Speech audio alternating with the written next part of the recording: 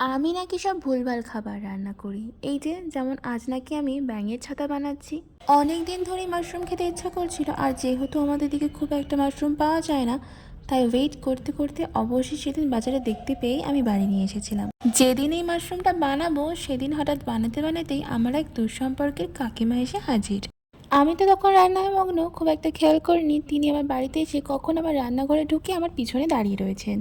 পিছন ঘুরতেই তো আমি অবাক হয়ে গেলাম, আর তখন উনি হঠাৎ করে মন্তব্য করে বসলেন আমি নাকি অসময়ে কুটুম দেখে ভয় পেয়ে গেছি। দেখো, অসময়ে কুটুম তো ঠিকই, তার সাথে যদি এরকম খোঁচা দেওয়ার মন্তব্য করে তাহলে কারই না গাটা জলে বলো তো। যাই হোক, তারপর বেলা গড়াতেই লাঞ্চের সময় আমি ওনাকে আমার বানানো মাশরুমের তরকারি খেতে দিই, আর উনি তখনই বলে বসেন কী সব ছাইপাশ রান্না যে করিস, এ তো মনে হচ্ছে ব্যাঙের ছাতা। ঠিক তখন আর রাগটা কন্ট্রোল করতে পারলাম না, বিশ্বাস করো মুখের ওপর বলেই বসলাম, হ্যাঁ কাকিমা, আমাদের বাড়িতে অসময়ে দুপুরবেলা কুটুম আসলে আমরা তাদেরকে ব্যাঙের ছাতায় খেতে দিই, বুঝলে কাকিমা।